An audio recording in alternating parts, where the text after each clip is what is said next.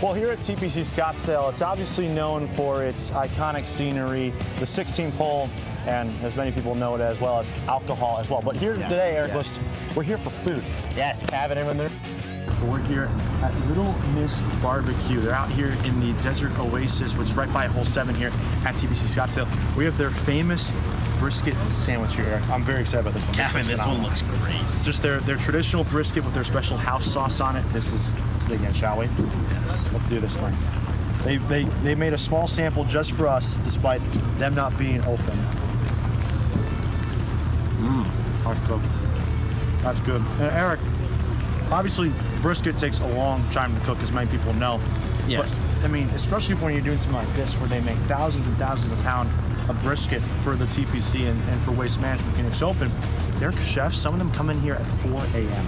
There's a couple things. You get 4 tacos within this basket, but the crucial thing is, though, it's a 15-minute wait for some tacos. So hopefully, Eric, this will be worth the wait. They look phenomenal. Cavan. Shall we dig in? Yeah. We put lime on it already. It's got a nice salsa on it as well.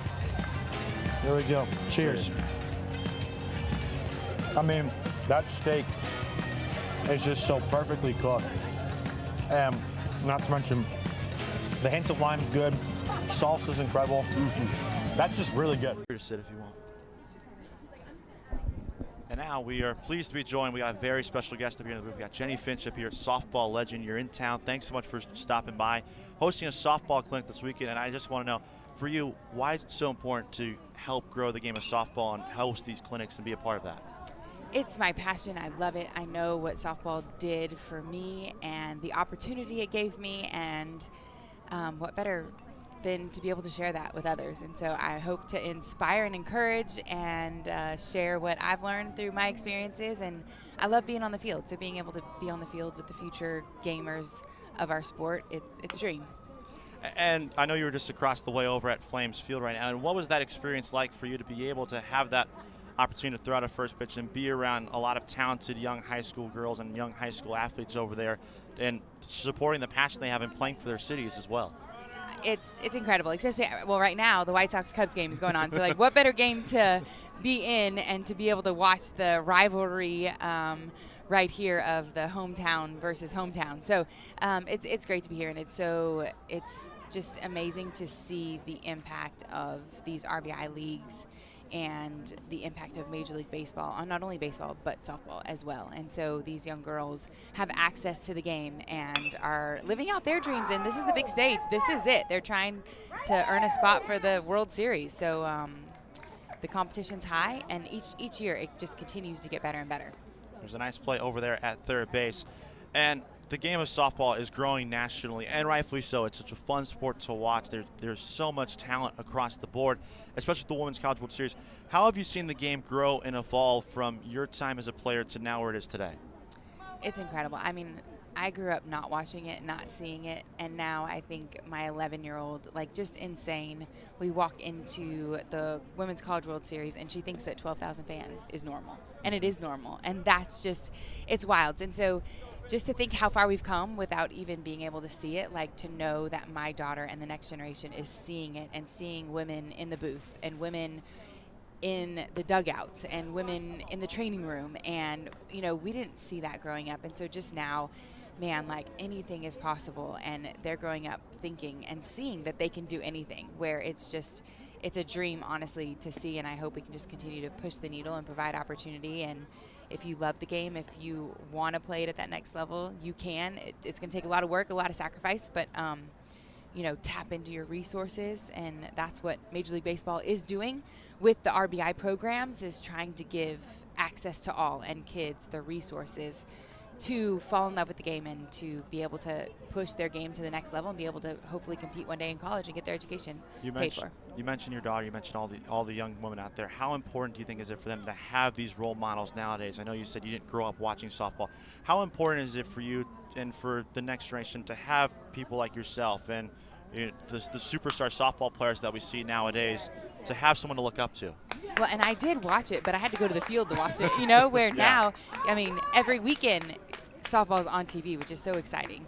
But it is, and especially now that I'm a mom, I realize the impact that you have as a role model. And, you know, nothing warms my heart more than seeing people reach out to my kid. And it's one thing to do something nice for you, but when you do something nice for my kid, it's like so grateful and appreciative, and you want good people pouring in to your kids and to them to be exposed to everything and to meet different people and hopefully pushed in the right direction and guided in the right direction. And so I love being able to share the field and seeing her go to our local college programs and even meeting my Olympic teammates and, you know, just the inspiration that they give them, not only on the field, but more importantly, even off the field.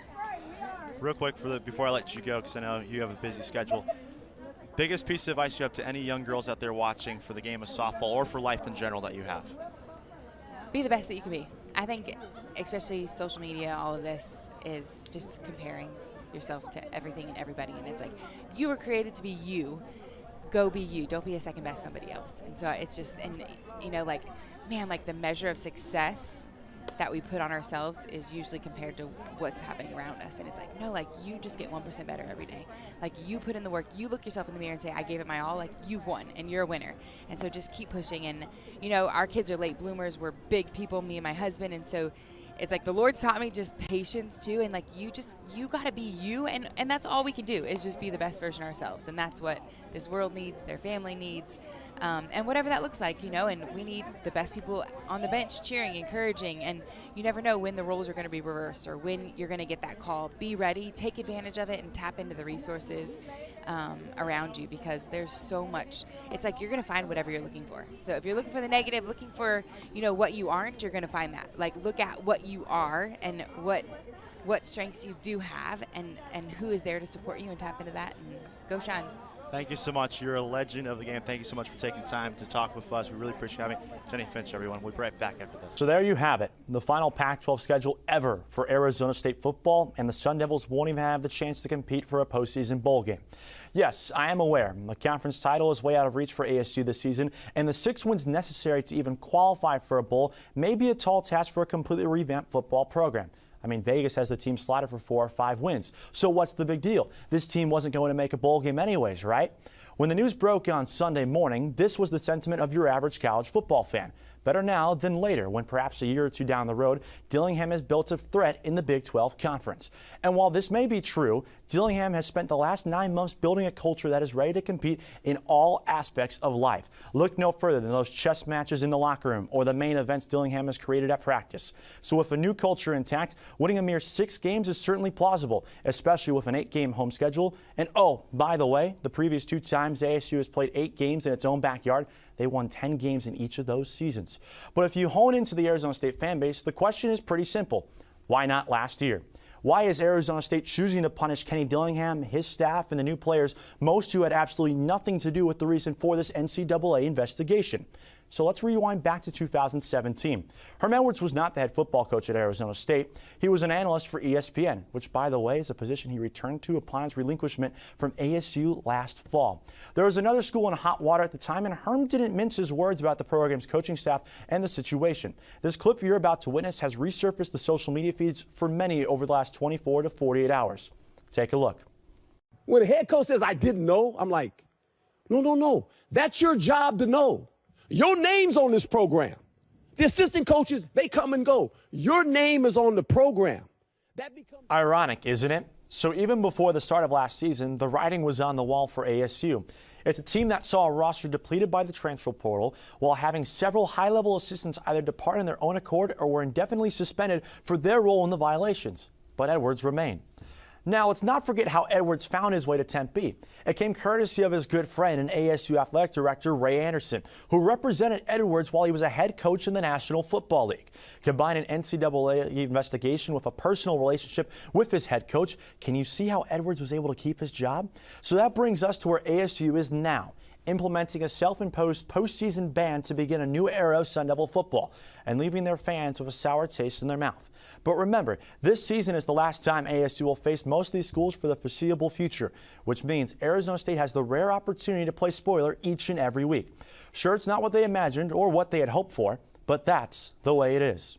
An emotional but grateful Kenny Dillingham met with the media on Sunday morning as he was formally introduced as the 21st head football coach of Arizona State University. The Arizona State alum at just 32 years old is set to become the youngest head coach at the FBS level.